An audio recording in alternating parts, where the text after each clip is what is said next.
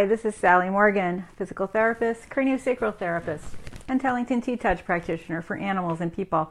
This is Tristan, he's a Corgi, and we're here for an episode of Conversations with a Corgi. And we're continuing to talk about therapy, service, emotional support dogs, etc. today. And I thought it might be useful to go through the requirements for the Therapy Dogs International test, just to help you understand what your dog would need to be able to do and what you would need to work on. So you can find this on their website if you want to really study it and print it out so that you can work on the things here. Let's see what's going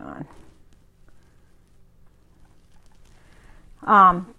And it's a pretty extensive test. It also includes a temperament test, which includes things like startling the dog by dropping a bedpan, snapping a clipboard, a can with pebbles, lots of helpers because you need children, and lots of people to do this test. So this test starts when you first come in the door, because you are going to be going up to a nursing facility and meeting someone at the front desk. So they start right with that. And there's two phases of the test. Phase one is all the group applicants come together and they come in with their dogs, and the maximum size of the group is 2. So the dogs will be 8 feet apart and on the left side of their handler. So they do need to know heel for this test. And the handlers are instructed that the interaction between the dogs is not permitted at any time on the premises where the test is taking place, including the parking lot and outside of the facilities. They do this in a group to see how your dog is around other dogs, and it also helps the test go along more quickly. In phase one, there's some more details. The dog must wear a flat buckle or snap-in collar, non-corrective, or a harness, non-corrective, no exceptions. So no slip collars, no prong collars, and just a plain harness, not a harness that's going to strangle your dog or pull him around. A nice step-in harness is good for this, but a flat buckle collar is fine if your dog is good that way. I like a harness just because it gives you the least signal to give your dog the most information. So if there's a situation that is getting out of hand, you have a harness on your dog and it's very easy to move him or ask him to come back to you or whatever you need. So the collar's fine, but I prefer a harness. And the testing has to be done on a 6-foot leash. And if the leash is 10 feet long, you have to put a loop in the leash to make it 6 feet long. So you must have a 6-foot leash. This is a little tricky because a lot of leashes are 4 feet long. I have a 10-foot leash. The T-Touch leashes are 6 feet or 5 feet, depending on which one you have. So that's fine. If you're using a freedom harness and one of those loop around leashes, that's not going to fly. They're going to consider that a corrective harness. So you're going to have to just put the leash attached to the top part of the harness, which is fine. I walk Tristan like that all the time. But I think their leash is still not 6 feet long. So you might have to make sure you get a special 6-foot leash. So the first part of the test, still in this phase one, is the entry table. So you have a table and chairs there that looks like a hospital reception desk. And this is, again, to assess how your dog's going to be when he first comes to the facility. So the dog and handler teams, the two of them, are lined up as if they're simulating a visit, one behind the other. Again, dogs not interacting. And then somebody goes down the line of people and greets them, shaking their hand, and greets the dog, possibly petting him and definitely talking to him. And at the same time, that person will check the dog's collar as well as their nails, ears, and grooming, and lift up all 4 paws and the tail. Do that to make sure there's no little dingleberries coming along under the tail. So that's important. Your dog has to be clean. And if your dog has a little short, stubby tail, it's also going to be touched. So Tristan, like so many Corgis, will just get a little pat on his buns. So this is pretty typical of what a dog might be asked to do in a dog show, picking up all 4 feet. Now, a lot of senior dogs are going to be dogs that you're going to want to be using with therapy dogs or make them into therapy dogs.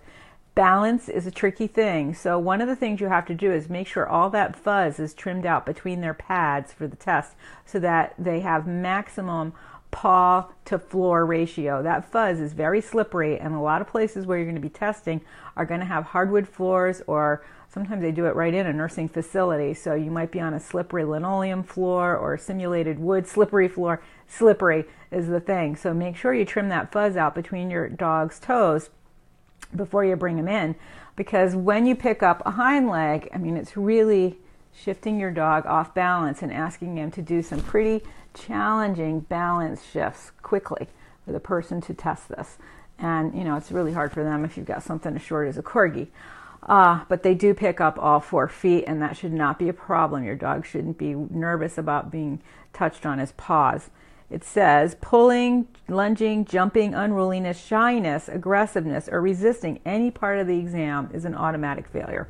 So your dog should be able to be checked, no problem. And again, if you have a senior dog, you might want to stick him on a pillow and practice picking up all 4 feet, just so that he'll engage his abs and really have to use his core strength to help keep his balance when that's happening, because you don't want to start the exam with your dog being really nervous because he's been shoved off balance lifting up his 4 little tootsies. So that's phase 1. Then you get 1 minute for check-in, and out of sight time. So this is the first part of the test. So this is to simulate your dog being left with someone while you are briefly absent. So the handler will check in. After the check-in is completed, the handler will be escorted by a helper to where the handler is supposed to sit. The dogs will be in that area placed in a down position on the handler's left side, keeping the teams at least 8 feet apart. And now the handler will start completing paperwork, because that's what's going to happen when you go to a nursing home. You have to fill out your name, your address, your car stuff, so that they know where you are in the building and how to reach you. Okay, after the paperwork is filled out, the teams are going to be holding their dogs, and then the handler is going to leave the room for 1 minute as if to turn in the paperwork. And they can give a stay command verbally or by a hand signal or both. And the helper is going to stay with the dog. So the helper is allowed to talk and pet the dog, talk to them and pet them, and the dog can sit, lie down, stand, or walk around the confines of his leash 6 feet away. So he's still 2 feet from the other dog. Whining, barking, or pulling is an automatic failure. So that, again, gets back to the Canine Good Citizen test of leaving your dog with a friendly stranger. In the next section, your dog is going to have to get around people. So they want to make sure that your dog has been taught to heel properly on a leash without pulling or lagging, and at the same time is capable of interacting with multiple people in a friendly manner. So the handler team, you and the dog, are going to walk towards a patient's room where there's lots of people standing around, which is often the case, family members. Some of the people will try to visit with the dog. The dog and handler team must demonstrate that the dog can withstand the approach by touching by several people from all sides at the same time, and is willing to visit and walk around the group of people. So you want your dog to friendly interact with the group of people, letting them pet him, not all necessarily at the same time, like Tristan was mobbed by a bunch of 6-year-olds, 26-year-olds. But, 4 or 5 people should be able to reach down, just like when you're taking a walk and you come across a family taking a walk and they're like, oh, your dog is so cute, we love poodles, can we pet him? That's the kind of thing that you're going for here. And again, pulling on the leash, jumping, shyness, not wanting to do the visit, showing aggressiveness, God forbid, or not walking on a loose leash is an automatic failure. So this is something that you can really practice by bringing your dog to other people's houses, calling up a bunch of friends for a party and having them come over and having your dog walk around through the group. The next part of the test is the sit-stay. So they want to see if your dog is under control, even if you're not really close to the dog and other dogs and handlers are nearby. The evaluator will ask all the participants to line their dogs up in a heel position, dog on the left, and 8 feet between them. So again, you're on a 6-foot leash, so you're still 2 feet from the other dog. And then the handlers will put their dogs in a sit-stay position. Must be a sit. The handlers will give that sit command, and then the evaluator will tell the handlers to leave their dogs. So then you walk to the end of your 6-foot leash, turn around, face the dog, and wait for the command to return to your dog. The evaluator will give the command to return almost immediately. The dog is not allowed, will fail if he's not sitting, if he doesn't stay when the handler walks away, or if he doesn't stay until the handler returns. So this, for instance, is if you're doing a visit and the person in the room asks for a glass of water. So you need to maybe walk to the end of their bed to get that glass of water, and you want your dog to wait until you come back and not follow you. Dogs on leashes are tripping hazards, so it's really important you be aware of where your dog is. So this is an important one. It's pretty easy because you still have the leash with your dog, but a lot of dogs will try to get up and follow you a little bit. One way to train this is to have treats and throw them at the dog as you're walking away so that he wants to stay where the treats are until you come back, and you're literally only going 6 feet. So next step is the group down stay, same procedure. The dogs will be in a down and a stay, and you'll walk away to the end of the leash and walk back. And the dog has to wait until the handler returns, and he cannot, he can sit, but he can't leave. So then we go on to the recall on a 20-foot leash. In this part of the test, they want to see how close the relationship is between you and your dog. Does your dog come willingly and happily if called back on a 20-foot leash? And it also shows that the dog is under the correct control of the handler. Okay, so all handlers are seated. This time we need 3 dogs at a time with a 20-foot line. They give you the 20-foot line. The reason we fit more than one dog with a long line at the same time is to save time. The handler, and honestly, when I've done this, it's only been my 2 dogs there, or maybe the person testing me has a dog. I haven't had a huge group very often. The handler still is holding the 6-foot leash while the long 20-foot long line is being fitted by the helper. And then the evaluator makes sure that the handler is holding the 6-foot leash until the dog has been placed and is ready to be tested for the recall. So you're still 6 feet from your dog, and he's just got the long leash on him. One handler at a time will take the dog to a designated area out of the reach of the other dogs, even on the 20-foot line. So he's going to be pretty far from them. And then they give the command, down your dog. And the dog can be downed either by voice or a hand signal, and then they give the command, leave your dog, and you turn, asking your dog to stay either by voice or a hand signal, and walk away from the dog in a straight line till you get to the end of the 20-foot leash. Then you turn and face your dog, and the evaluator immediately will tell you to call the dog, and you will call the dog either by voice or a hand signal or both, and the dog will come. If he does not stay or he does not come, you fail. Okay, number 7, and there's 13 of these altogether, is to visit with a patient. So the dog should show willingness to visit a person and demonstrate that it can be readily accessible for petting, i.e. small dogs can be placed on a lap or held.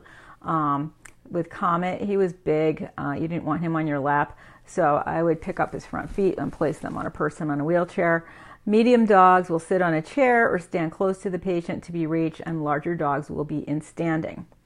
So shyness, aggressiveness, jumping up, or not wanting to visit is an automatic failure. So your dog should show interest in the person that they're visiting, and really lots of dogs will do that. Or you wouldn't even be trying to get them tested. Okay, phase 2 of the test starts at number 8. So this is the testing to reactions to unusual situations. So your dog and person will be walking in a straight line, and the dog can be on either the right or the left side, and the leash must be light. Again, that idea from T-Touch of the sleeping snap, so you're not pulling on your dog. Then the handler will ask the dog to down using a hand signal or voice, and then you continue walking in a straight line. And then the handler will have to make a right, left, or an about turn, whatever the evaluator decides. And then the following distractions will be added to the heel on a loose leash. The person will be passing by on crutches, and the dog must visit with a person with crutches in a wheelchair or using a walker. Someone running by calling, excuse me, waving their hands. The person will run up behind the dog. The person will begin running up from the start line. If the test is outdoors, it could also be a person on a bike, rollerblades, or a skateboard. The dog is allowed to be slightly startled, but must recover immediately. Part C, another option. Another person will be walking by and drop something making a loud noise, like a tin can with pebbles, a clipboard snapping, turning on a vacuum cleaner, which in fact has happened many places where I am, and lots of dogs have issues with vacuum cleaner. But it might be in the next room that they're rarely turning on the vacuum cleaner when you're in a room. And also dropping a bedpan or something loud like that. And then the team is asked to make a turn to an about turn, like turning around, and also a left turn. And to make it more realistic, the left turn will be around some people. People will be shuffling, moaning, coughing, and talking loudly. Various healthcare devices might be used by the people, wheelchairs and crutches. So there's a lot of helpers when you do this test. And then the team is requested to make a right turn, going back down the same line where they came in, back to their starting place. And then that right turn will also be going around people. And those people may be coughing and having wheelchairs and snapping clipboards and all of that. So the way you fail this test is for your dog to not behave well in public, not to heel on a loose leash, not turning when indicated, and he should visit happily with all the people that he is with, or he fails. Then we have the leave it test. This test is really important because a treat from a stranger could be lethal, as it could have medicine in it. Medicine could have been dropped on the floor. Drinking, licking up water or liquids from the floor can also be dangerous. They might not be water. And the dog has to not want to lunge at any food that's dropped on the floor. And this can be a real hard thing to train. If your dog is in an area where people are eating, I've seen this happen, where an elderly person will be taking a bite out of something and then drop it on the floor. And because of their disabilities and their dementia or whatever, they very slowly, shakily bend down to pick the thing up. And that is a time that there could be a situation, because a dog is going to want to get that. You know, if you have a young Labrador, it's hard to keep them from picking stuff up like that. And if the person gets in the way of the dog and the thing that fell, you could have a real situation. So it's really important that your dog know leave it before you do this test. So what you're going to do is have to walk in a straight line with your dog on your heel, and there's going to be a piece of food, and there's also going to be a bowl of water. And the dog has to walk by the food to the leave it command, and also walk by the bowl of water. He's not allowed to drink or eat or lick the food. It doesn't say anything about sniffing, but best to avoid it altogether. Licking of the food, eating it, or drinking the water is an automatic failure, and that really is an important one, because that could save your dog's life. I know lots of people get medications in applesauce. Sometimes the person is left sitting in their wheelchair and their applesauce is still there and they haven't finished it, and they just fall over and take a little bit of a nap, or they have a blood pressure drop and the applesauce is on the floor. And nurses are so busy, they don't clean it up right away. They try to, but they might be 4 feet down with another patient in the middle of a med pass, and they can't just turn around and grab that. So it's really important your dog not pick up food at the facility. Meeting another dog. This test will show us if your dog is well behaved around other dogs. A volunteer with a demo dog will walk past the dog handler team, turn around, and ask the person a question. After a brief conversation, the two handlers part. This is pretty simple. It's like what we had in the Canine Good Citizen test. So you're just going to walk by, say hi to the person, have a conversation. The dogs are not meeting. They're not allowed to touch. Pulling, growling, lunging, barking, or showing aggressive behavior like eye contact toward the neutral dog is an automatic failure. And this is really where a person doing this test has to have some good dog intelligence, because it's pretty easy to fail this part of the test if you have somebody inexperienced or who doesn't know dogs or doesn't know how to read dog signals. So it's really important that you know all of these things and are really aware of how your dog is with the other dog. Tristan is not great with all other dogs. He is good with a neutral dog as long as I keep him busy and focused on me. So if I were doing this test and the dog was a little bit too close or not truly neutral, I would not get too close to that person. I would keep him working. Like I would have him come up and maybe take a slower step and a faster step as I'm approaching. And then I would have him sit and I would have him watch me so that he's focused on me and not the other dog. And that will help him be okay with another dog. And then for number 12, you have to enter through a door to visit at the facility. So you're going to be with your dog coming towards the building and a person's going to kind of butt ahead of you to go in. So the dog handler team is ready to enter a door to the facility. The handler has to put the dog in a sit, stand, or down stay, whatever the dog would like. And then he has to do that automatically to allow the other person to go in. Again, this is important because in a nursing facility, you're going to have elderly relatives coming to visit the people that live there. If they don't move too fast, they might be afraid of a dog. They have, whatever's going on. They might not even have the vision to see that you're there. They're just so focused. Maybe they've got some health crisis going on with the person in there and they're really just not focusing. So it's very important that your dog politely with you wait and allow another person to go in.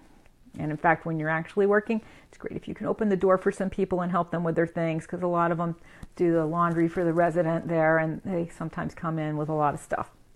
So that is test 12. And then the last one is reaction to children. This test can only show us reactions to the presence of children since we do not allow physical contact until the dog has been registered. So 13 is the last one and only given if you passed all the other tests. So you have children. Again, I don't have kids. It's really hard for me to be a tester for this because it'd be hard for me to locate several children. So the children will be running and yelling, playing ball, dropping objects, doing what children do when they're playing. The handler has to walk the dog past the playing children. The dog must lay down next to the handler. The handler will simulate reading a book while the dog is lying down, and the dog must have his back to the children. So this is like what happens in a lot of parks. If you're out walking and some kids are playing soccer and you just want to sit on the bench for a little while and rest with your dog, you don't want him barging at the end of the leash trying to get the soccer ball. You want him to be, quiet like you are. And it's nice that they have the person reading a book because this is really keeping their focus inward. And if their dog is focused on them, he won't be thinking about the kids playing. And, the kids that have been there for the tests I've done have been really polite kids. They're just, kicking a ball back and forth or throwing a ball and, talking to each other. So it hasn't been too crazy with the kids playing. And you can take your dog for walks near schoolyards to get him used to the sound of people playing and have him not, want to play with them. And lots of other ways you can practice this. So any negative reaction of your dog, like being startled without recovery, like if the kids are kicking a ball and it bounces and makes a loud noise, and your dog is like, ooh, what's that? And then he's like, focus back on you. That's okay. He's not allowed to aggressively bark, jump, growl, or lunge towards the children, or it's an automatic failure. So you might remember that, and so that's all the steps in the Therapy Dogs International test. And you might remember that when I was talking before about other tests where they certify you in complex situations versus other kinds of environments, those tests are from the Delta Society. And they're quite similar to this one. It's all the same idea. Is your dog safe around medical equipment? Is your dog good with people around him? Is your dog safe with the quote unexpected, turning on the vacuum cleaner, dropping a bedpan, snapping a clipboard, a crowd of people coming into the room? Usually there's 2 residents in a room. Maybe the person next to you is having a birthday and suddenly 7 people come in with a cake singing happy birthday and your dog's visiting with the other person. You need to make sure your dog will be safe and quiet while this happens. So that's what you need to do to have a Therapy Dog International registered dog. Tristan, I think he is a TDI dog. There are so many places to test in my area. I have done, I think with all of my dogs, the TDI test and the Delta Society test. And they've all done fine with these tests.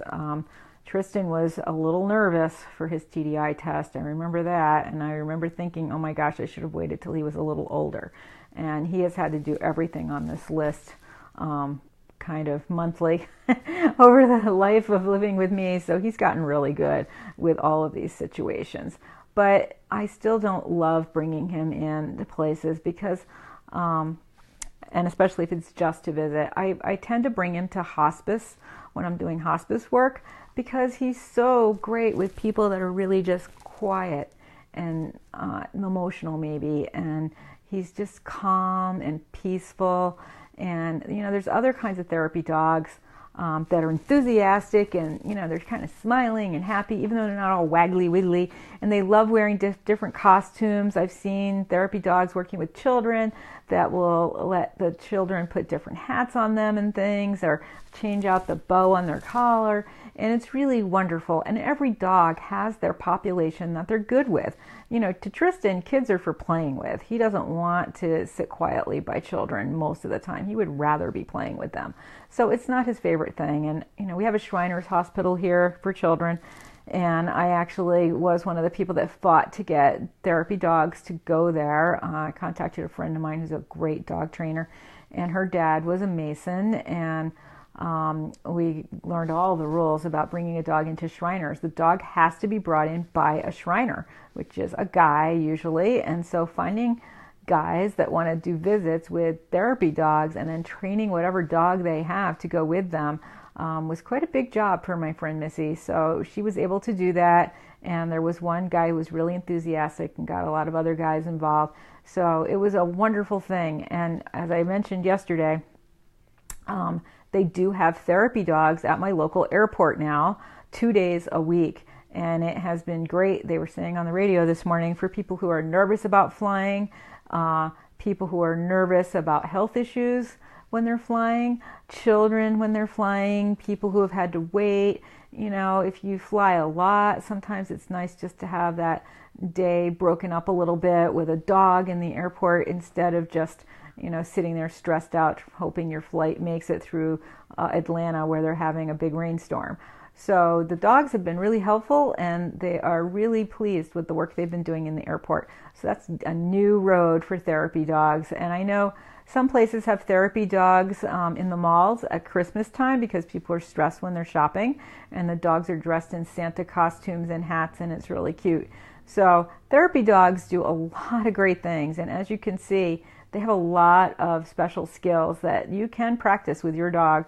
I think that lots of dogs can do this, and I don't think it's breed specific. I think it's an individual thing.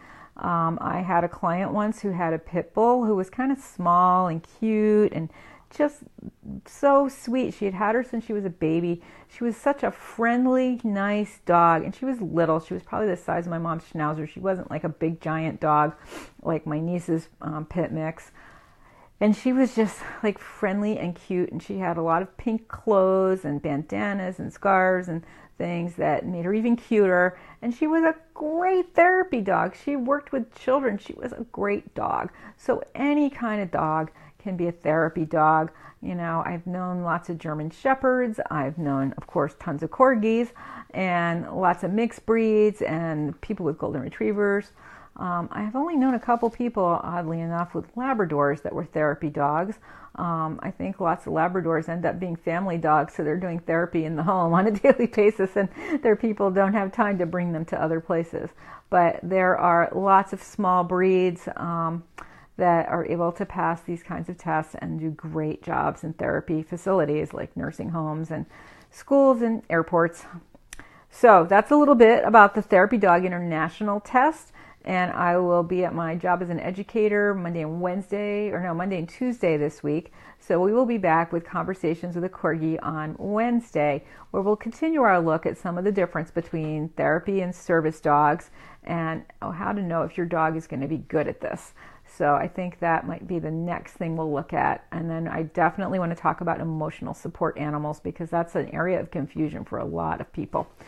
All right, so thanks for joining us today. I hope everybody could hear this one. Hi, Danny. Thanks for joining us. And it's a gray but warmish day here. It keeps seeming like it's going to be warm, and then it feels cold to me.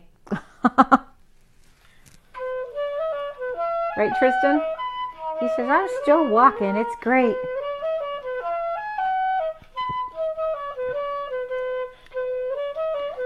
time of year where we're happy every time we take a walk and there's no snow.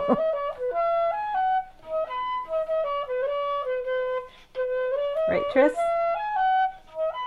He had a walk with his girlfriend Coco yesterday. He likes her. They're cute together. They're the same size. You're just a Cairn Terrier in a Corgi suit.